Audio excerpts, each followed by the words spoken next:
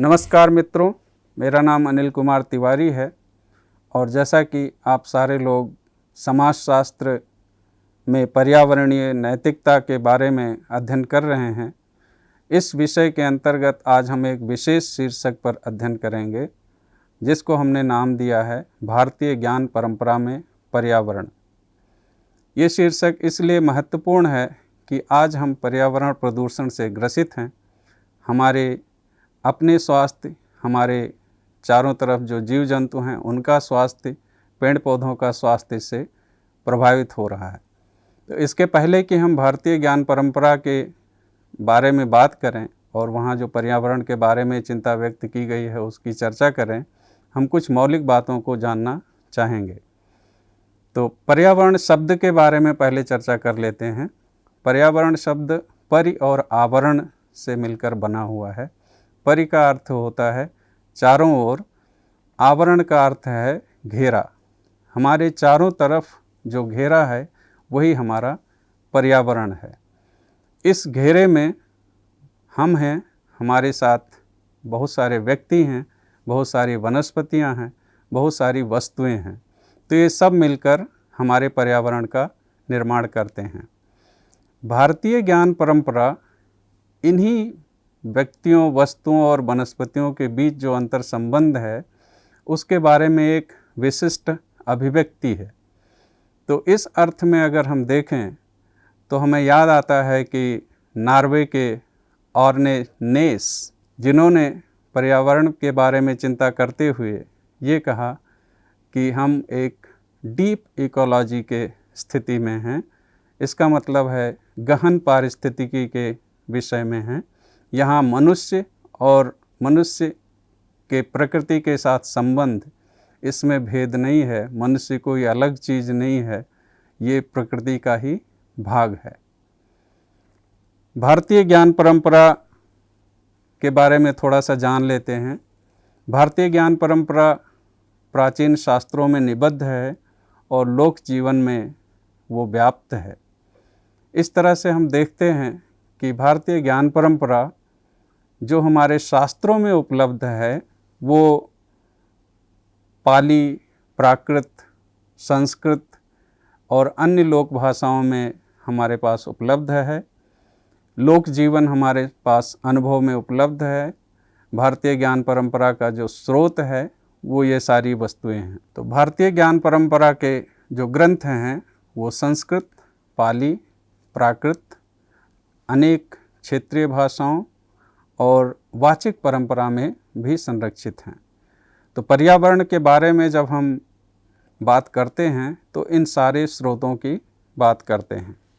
भारतीय ज्ञान परंपरा में जो विषय वस्तु है उसकी चर्चा अगर हम करें तो उसमें दर्शन है, साहित्य है, विज्ञान है, आयुर्वेद है और अन्य उपयोगी शास्त्रों को उसमें शामिल किया गया है।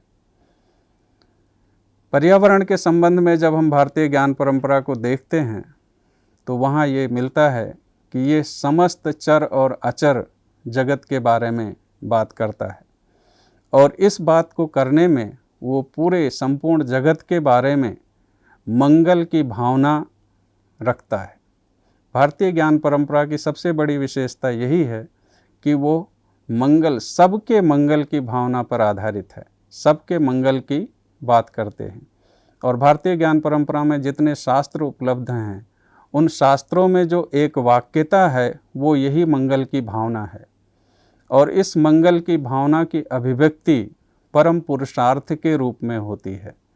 परम पुरुषार्थ को हम अनेक नामों से जानते हैं, जैसे मोक्ष, कैवल्य इत्यादि। मैं यहाँ पर थोड़ा सा संकेत करना चाहूँगा।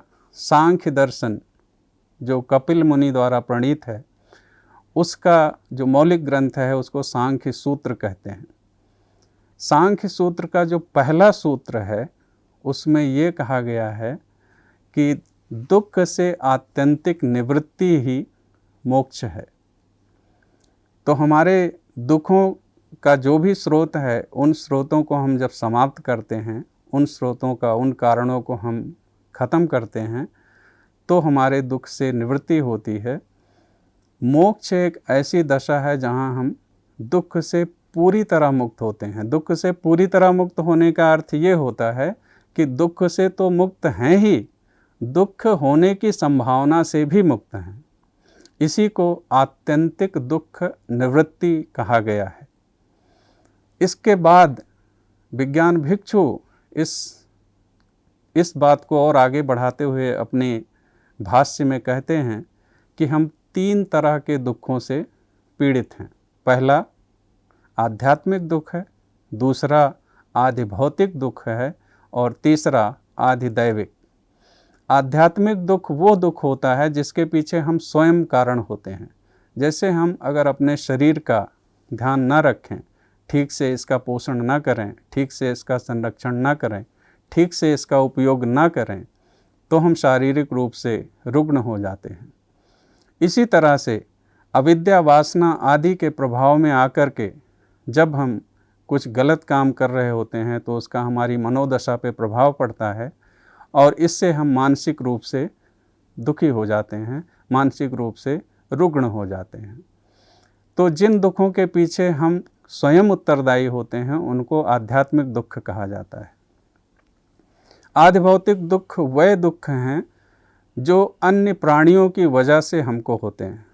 जैसे हम जा रहे हैं, रास्ते में हमको सांड ने मार दिया या कुत्ते ने काट लिया या सांप ने काट लिया, तो अन्य प्राणियों के कारण जो हमें दुख उत्पन्न होता है उसको आधि भौतिक दुख कहते हैं। तीसरा दुख आधि दैविक दुख है जिसको प्राकृतिक आपदा से जोड़कर देखा जाता है। आधि दैविक दुख ऐसा दुख होता है जो प्रकृति के कारण हमें प्राप्त होता है। जैसे बहुत अधिक पानी बरसने से बाढ़ आ जाना, पानी ना बरसने से सूखा पड़ जाना, भूकंप आ जाना, जंगल में आग का लग जाना, इस तरह के जो दुख हैं उसको हम आधि दैविक दुख कहते हैं। अब मैंने इन तीनों प्रकार के दुखों की चर्चा क्यों की, इस पे मैं एक मत देना चाहता हूँ आप सबको। आध्यात्मिक दुख वह दुख हैं जिसके पीछे हम स्वयं उत्तरदायी होते हैं। अब हम ये देखें कि प्रकृति के कारण जो दुख हमें मिलता है उसको वास्तव में तो आधि दैविक दुख कहा जाना चाहिए और सामान्य रूप से ऐसा होता भी है, लेकिन हमने प्रकृति के साथ अपने संबंध को बिगाड़ लिया है।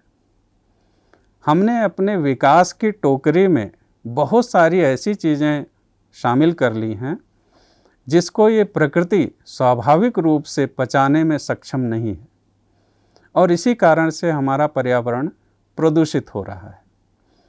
तो अब देखिए, जिसको हम प्रकृति से प्राप्त दुख कहते थे उसको आधिदैविक दुख माना जाना चाहिए, लेकिन हमारे कारण से प्रकृति में जो ये असंतुलन पैदा हुआ है, प्रकृति में जो अव्यवस्था पैदा हुई है, उसे तो आध्यात्मिक दुख ही कह सकते हैं।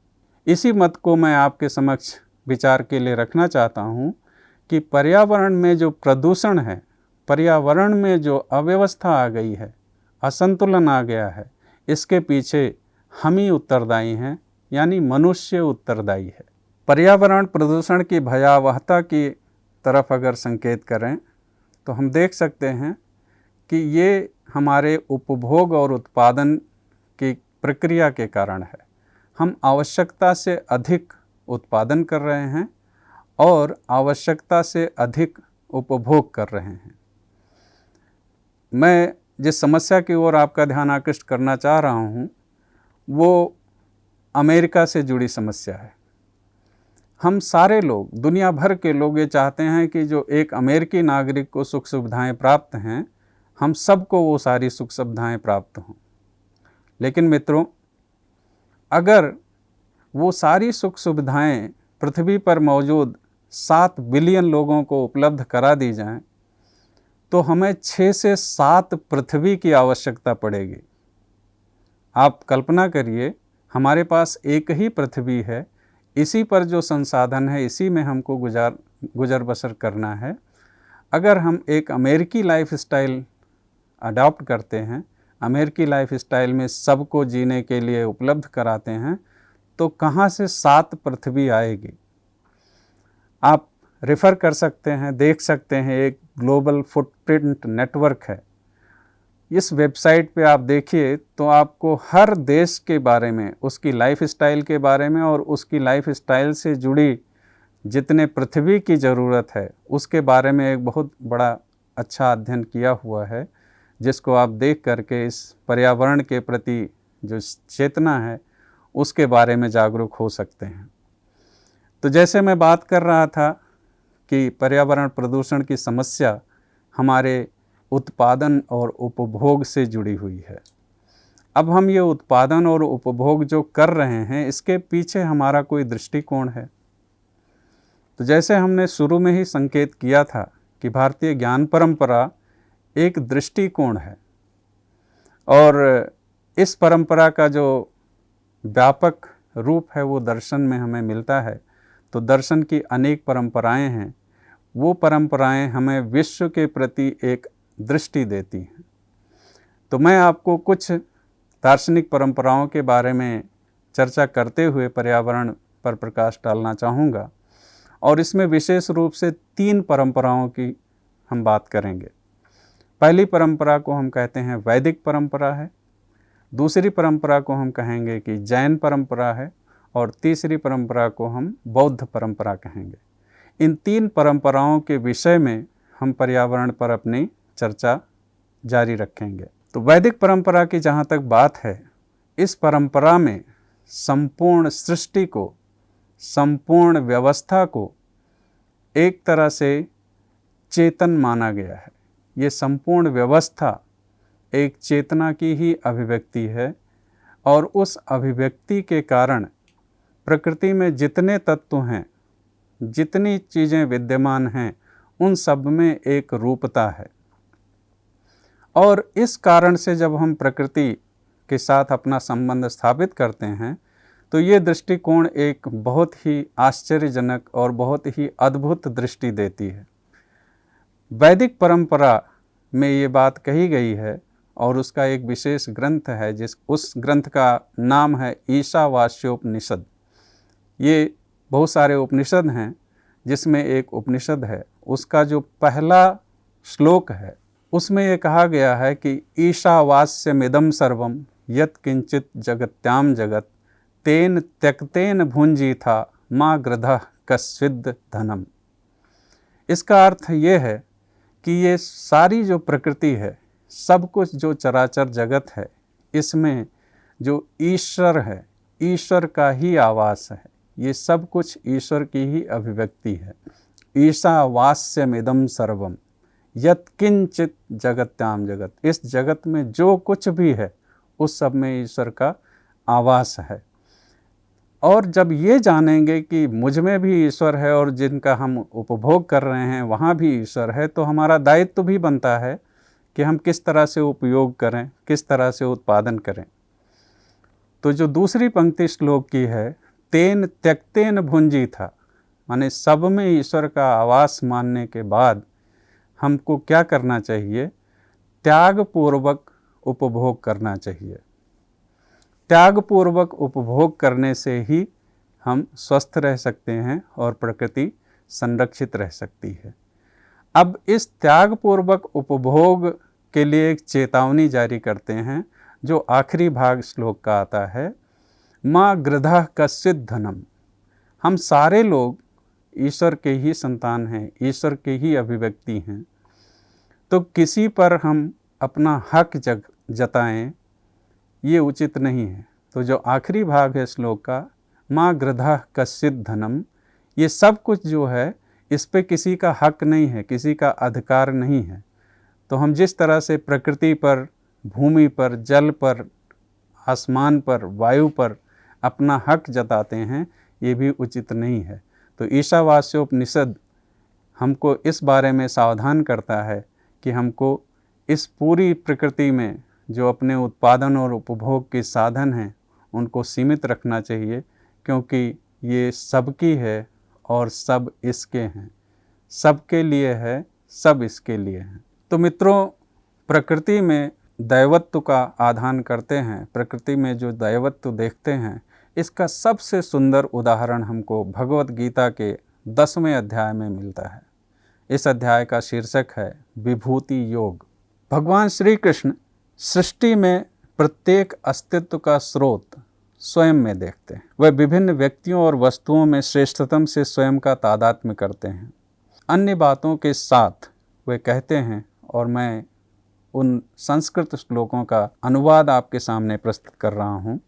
श्री कृष्ण कहते हैं, प्रकाशवान पदार्थों में मैं सूर्य हूँ, मरुतों में मरीचि हूँ, और नक्षत्रों में मुझे चंद्रमा समझो। इंद्रियों के बीच मन और जीवित प्राणियों के बीच चेतना हूँ। वसुओं में मैं अग्नि हूँ, पर्वतों में मैं मेरु हूँ, सभी जलाशयों में समुद्र हूँ, अचल पदार्थों में मैं हिमालय हूँ, वृक्षों में मैं बरगद हूँ, गायों में मैं कामधेनु हूँ, संतति के समस्त कारणों में मैं प्रेम का देवता कामदेव और सर्पों में वासुकी हूँ, नागों में अनंत शेष नाग हूँ, जलचरों का अधिपति मैं वरुण हूँ, पितरों में अर्यमा हूँ, और नियमों के नियामकों में मैं मृत्यु का देवता यमराज हूँ। पशुओं में मुझे सिंह मानो, और पक्षियों में मुझे गरुड़ जानो। पवित्र करने वालों में मैं वायु हूँ, जलीय जीवों में मगर, और बहती नदियों में गंगा हूँ। मैं 12 मासों में मार्गशीर्ष और ऋतुओं में पुष्प खिलाने वाली बसंत हूँ। मैं सभी प्राणियों का जनक बीज हूँ। कोई भी चर या अचर मेरे बिना नहीं रह सकता। इस प्रकार भगवान श्री कृष्ण प्रकृति के समस्त तत्वों से अपने को पहचानते हुए गीता के वाक्य, गीता के श्लोक बोल रहे हैं। इस समस्त प्रकृति में, इस समस्त जगत में, इस समस्त सृष्टि में अगर हम देवत्व देखते हैं तो इसका अनुगमन क्या होगा, इसके बाद हमारा इससे व्यवहार क्या होगा। तो देवत्व के रूप में जब हम सभी तत्वों को देखते हैं तो उनके प्रति हमारे मन में कृतज्ञता और दायित्व का बोध स्वाभाविक रूप से होगा। मैं यहाँ पर वैदिक परंपरा के 2 अवधारणाओं को आपके समक्ष रखना चाहूँगा। एक अवधारणा है ऋत और दूसरी अवधारणा है ऋण। ऋत को हम इस सृष्टि में, इस जगत में एक व्यवस्था के रूप में देखते हैं। ऋत इस जगत में एक व्यवस्था का संकेतक है। समस्त चर अचर एक विशेष संबंध से जुड़े हुए हैं और चर और अचर जगत में एक व्यवस्था देखी जाती है। प्रकृति में एक व्यवस्था है। ऋतुएं आती हैं, ऋतुएं जाती हैं। बारिश होती है, बारिश समाप्त होती है। ठंडी होती है, ठंडी समाप्त होती है। गर्मी होती है, गर्मी समाप्त होती है। ऋतुओं का अपना चक्र है। हम इस ऋतु के हिसाब से अपनी फसल का उत्पादन करते हैं। बहुत सारी गतिविधियों को हम व्यवस्थित करते हैं। तो इस प्रकृति में हम एक व्यवस्था देख रहे हैं। इसी प्रकार चर जगत, जो प्राणियों का जगत है, वहाँ पर भी एक व्यवस्था है। जन्म होता है, मरण होता है। जन्म मरण के बीच बहुत सारी गतिविधियाँ प्राणियों में देखी जाती हैं और इन सारी गतिविधियों में एक तरह की पुनरावृत्ति है। जैसे ऋतुओं की पुनरावृत्ति होती है, ऐसे जीव जगत में भी इसकी पुनरावृत्ति देखी जाती है। इसी पुनरावृत्ति को, इसी पुनश्चर्या को ऋत नाम से वैदिक व्यवस्था में जाना जाता है।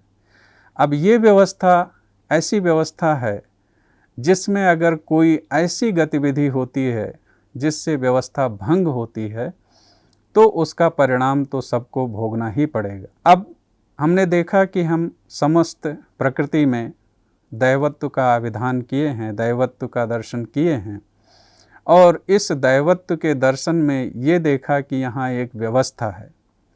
इस व्यवस्था के अनुसार अपने जीवन को व्यवस्थित करना, इसमें जीवन यापन करना और जीवन यापन करते हुए अहस्तक्षेप करना, अनावश्यक उत्पादन, अनावश्यक उपभोग न करना, ये हमारा दायित्व बनता है। दायित्व को हम किस रूप में देखेंगे तो भारतीय ज्ञान परंपरा की जो वैदिक परंपरा है वहाँ पर इसको ऋण के रूप में देखा जाता है। ऋण का अर्थ है दायित्व या कर्तव्य। जैसे हमने ये देखा कि समस्त प्रकृति में एक व्यवस्था है, तो अब ये देखने के बाद हमारा कर्तव्य क्या होता है? हमारा कर्तव्य यही होता है कि उस व्यवस्था को हम भिन्न न करें, विच्छिन्न न करें, उसमें हम असंतुलन न पैदा करें, ये हमारा दायित्व है। तो ऋण के बारे में थोड़ा सा और विस्तार में हम चर्चा कर लेते हैं। मुख्य रूप से 3 प्रकार के ऋण की बात कही जाती है: देव ऋण, पितृ ऋण और गुरु ऋण। प्रकृति में दैवत्व के दर्शन के बाद जो हमारा दायित्व बनता है, उन दायित्वों को ही हम ऋण के नाम से वैदिक व्यवस्था में जानते हैं। 3 प्रकार के ऋण की बात हम कर रहे हैं: देव ऋण, ऋषि ऋण और पितृ ऋण। देव ऋण क्या होता है? जैसे हमने कहा कि प्रकृति में हम दैवत्व का दर्शन कर रहे हैं। प्रकृति के जितने तत्व हैं, वैदिक साहित्य उनमें अलग अलग देवता का आधान करता है। जैसे सूर्य देवता, अग्नि देवता, वरुण देवता, अर्यमा देवता, ये सब अनेक जो प्रकृति के तत्व हैं उनके अधिष्ठाता माने जाते हैं। जैसे वरुण को जल का अधिष्ठाता माना जाता है, तो जल में जो व्यवस्था है उस व्यवस्था की जो जिम्मेदारी है वो वरुण पे है। इसी तरह सूर्य देवता हैं, अग्नि देवता हैं, ये सारे अपने अपने तत्वों के अधिष्ठाता माने जाते हैं। अब हमारे जीवन में अग्नि, जल, वायु, पृथ्वी, इन सारे तत्वों का महत्वपूर्ण स्थान है और ये सब किसी न किसी देवता के संरक्षण में उपलब्ध हैं। तो ये तत्व हमें इतने प्रचुर मात्रा में उपलब्ध हैं कि हम सारे लोग अच्छा जीवन व्यवस्थित कर सकते हैं, इनका उपभोग कर सकते हैं। और ये हमारी वजह से नहीं है, ये सृष्टि में है और उस देव की वजह से हैं। तो हम किसी ऐसी चीज़ का उपभोग कर रहे हों जिसकी उपलब्धि किसी देवता की वजह से है, तो हमें उसके प्रति कृतज्ञ होना ही चाहिए, उसके प्रति ऋणी अपने को महसूस करना ही चाहिए। तो देव ऋण वही ऋण है जो इन देवताओं की कृपा से हमें प्राप्त है और हमारा जीवन इन पर आश्रित है, तो हम इनके ऋणी हैं। अब इस ऋण को हम कैसे चुकाएंगे? तो वैदिक साहित्य कहता है, वैदिक व्यवस्था कहती है कि हमको यज्ञ करना चाहिए, इन देवताओं की पूजा करनी चाहिए, हवन करनी चाहिए और इसके माध्यम से हम इनके प्रति जो अपना दायित्व है, अपना ऋण है, उसको चुका पाएंगे। दूसरा ऋण ऋषि ऋण। ऋषि ऋण क्या होता है? हमारे साहित्य में ऋषि, गुरु, जितने स्रोत हैं हमारे ज्ञान के, वो ज्ञान के स्रोत हमें सहजता से उपलब्ध हैं। हमारी जो भी समझ है, हमारा जो भी ज्ञान है, उन्हीं के कारण है, उन्हीं के द्वारा है, उनसे प्रदत्त है। तो निश्चित रूप से हम उनके ऋणी हैं। ज्ञान किसी व्यक्ति का नहीं है, ज्ञान की ये परंपरा है। जैसे हम बात कर रहे हैं भारतीय ज्ञान परंपरा, तो ऋषि और गुरु इस परंपरा के मूल में हैं। उन्होंने ही इस ज्ञान का संपादन किया है, इस ज्ञान को हम सब के लिए उपलब्ध कराया है। तो हमें उनके प्रति ऋणी महसूस करना चाहिए और उनके ऋण को चुकाने का जो माध्यम है, हमें उनको दान देना, उनके प्रति सम्मान रखना, उनके प्रति आदर रखना, ग्रंथों के प्रति आदर रखना, ग्रंथों का अध्ययन करना, इसके माध्यम से हम ऋषि ऋण से अपने को मुक्त पाते हैं। तीसरा ऋण है पितृ ऋण। मनुष्य जाति या जितने प्राणी हैं वो किसी न किसी संतान प्रवाह में हैं, किसी न किसी संतान प्रवाह में हैं। इस प्रवाह का जो पूर्ववर्ती है, जो हमारे पूर्वज हैं, जो हमारे बुज़ुर्ग हैं, उनके हमारे ऊपर एहसान हैं, उनके कारण ही हम हैं इस सृष्टि में, तो हम भी उनके ऋणी हैं। हम ये नहीं तय कर सकते हैं कि हम इस सृष्टि में कब आएँ और किस दशा में आएँ। ये हमारे पूर्वज, ये हमारे गुरु, ये हमारे जो पितृ हैं, उनके कारण है। तो उनके कारण है हमारा अस्तित्व, तो हमें उनके प्रति ऋणी होना है, उनके प्रति हमारे अपने दायित्व का बोध होना है। तो हम क्या कर सकते हैं? पूर्वजों के प्रति जो हमारा दायित्व है, श्राद्ध करना, उनको तर्पण करना, देवस्थानों पे जाना उनकी शांति के लिए, और अपने जो बुज़ुर्ग हैं उनके प्रति हमारा जो दायित्व है, उनके प्रति सम्मान रखना, उनकी देखभाल करना, उनकी सेवा शुश्रूषा करना, और इस तरह से हम पितृ ऋण से अपने को मुक्त कर सकते हैं। ऐसी वैदिक साहित्य की व्यवस्था है, वैदिक व्यवस्था है। तो हम इस प्रकार से 3 ऋणों के बारे में वैदिक साहित्य में चर्चा पाते हैं। अब इन 3 ऋणों का जो संपादन है, इन ऋणों से जो उऋण होने की बात है, उसको यज्ञ व्यवस्था में शामिल किया गया है। ऋणों के निष्पादन के लिए यज्ञ का विधान किया गया है। 5 यज्ञों की बात की जाती है: देव यज्ञ, पितृ यज्ञ, भूत यज्ञ, मनुष्य या नृयज्ञ, ब्रह्म यज्ञ। मनुस्मृति और शतपथ ब्राह्मण में इन यज्ञों के बारे में विस्तार से चर्चा की गई है। तो इन 5 यज्ञों के माध्यम से हम ऋण या अपने दायित्व से अपने को मुक्त करते हैं। इनमें एक लोक जीवन यापन करने वाले व्यक्ति से यह अपेक्षा होती है कि वो देवताओं के पूजन एवं हवन द्वारा देवयज्ञ से ऋण मुक्ति करे अपने को, श्राद्ध तर्पण दान आदि के द्वारा पितृयज्ञ करे, प्राणी मात्र की सेवा एवं उनके पोषण संरक्षण के साधनों के संवर्धन द्वारा भूत यज्ञ करे, अतिथि सेवा एवं सत्कार के द्वारा मनुष्य यज्ञ करे, तथा वेद वेदांग तथा पुराण इत्यादि आर्ष ग्रंथों के स्वाध्याय द्वारा ब्रह्म यज्ञ का संपादन करे। इन यज्ञों के सम्यक संपादन से ही व्यक्ति ऋण से मुक्त हो सकता है। अभी तक हमने वैदिक परंपरा की बात की। इसके बाद हम थोड़ी सी जैन परंपरा के बारे में भी चर्चा करते हैं। जैन परंपरा के जो प्रणेता हैं महावीर स्वामी माने जाते हैं, जो 24वें तीर्थंकर हैं जैन परंपरा में। उन्होंने कहा कि इस सृष्टि में जो व्यक्ति प्रकृति के तत्वों का तिरस्कार करता है, यानी पृथ्वी, जल, अग्नि, वायु का तिरस्कार करता है या उपेक्षा करता है, वो वास्तव में अपने अस्तित्व का ही तिरस्कार करता है, अपनी ही उपेक्षा करता है, क्योंकि इन्हीं तत्वों पे तो हमारा अस्तित्व निर्भर है। तो महावीर स्वामी कहते हैं कि हम अपने अस्तित्व की उपेक्षा करें, तिरस्कार करें, इससे बड़ी दुर्भाग्यपूर्ण बात और क्या हो सकती है। इसके अतिरिक्त जैन जो ज्ञान परंपरा है उसमें ये विश्वास किया जाता है कि इस प्रकृति के जितने भाग हैं, जितने घटक हैं, उन घटकों में कहीं ना कहीं किसी न किसी प्राणी का निवास है। तो सृष्टि के इस प्रकृति के प्रत्येक कण में प्राणियों का निवास है। अब ये व्यवस्था, ये विश्वास हमारे प्रति एक दायित्व का बोध कराने के लिए आवश्यक है। क्या दायित्व है हमारा?